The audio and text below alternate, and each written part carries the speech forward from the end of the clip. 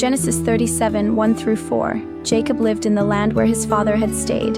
When his brothers saw that their father loved him more than any of them, they hated him and could not speak a kind word to him. Genesis 37, 5 through 8.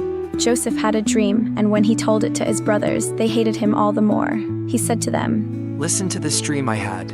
We were binding sheaves of grain out in the field when suddenly my sheaf rose and stood upright, while your sheaves gathered around mine and bowed down to it." His brothers said to him, "Do you intend to reign over us? Will you actually rule us?"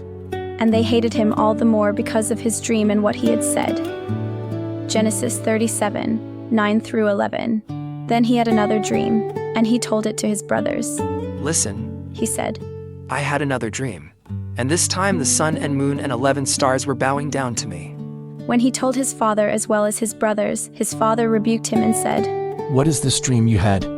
Will your mother and I and your brothers actually come and bow down to the ground before you?" Genesis 37, 12 through 17. Now his brothers had gone to graze their father's flocks near Shechem, and Israel said to Joseph, "As you know, your brothers are grazing the flocks near Shechem. Come, I am going to send you to them." "Very well," he replied. Genesis 37, 18 through 22. But they saw him in the distance, and before he reached them, they plotted to kill him. "Here comes that dreamer," they said to each other. "Come now, let's kill him and throw him into one of these cisterns and say that a ferocious animal devoured him. Then we'll see what comes of his dreams." When Reuben heard this, he tried to rescue him from their hands. "Let's not take his life," he said. "Don't shed any blood.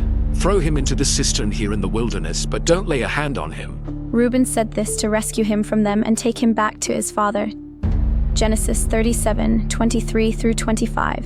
So when Joseph came to his brothers, they stripped him of his robe, the ornate robe he was wearing, and they took him and threw him into the cistern. The cistern was empty, there was no water in it. As they sat down to eat their meal, they looked up and saw a caravan of Ishmaelites coming from Gilead. Their camels were loaded with spices, balm and myrrh, and they were on their way to take them down to Egypt. Genesis 37, 26 through 28. Judah said to his brothers, "What will we gain if we kill our brother and cover up his blood? Come, let's sell him to the Ishmaelites and not lay our hands on him. After all, he is our brother, our own flesh and blood." His brothers agreed. So when the Midianite merchants came by, his brothers pulled Joseph up out of the cistern and sold him for 20 shekels of silver to the Ishmaelites, who took him to Egypt.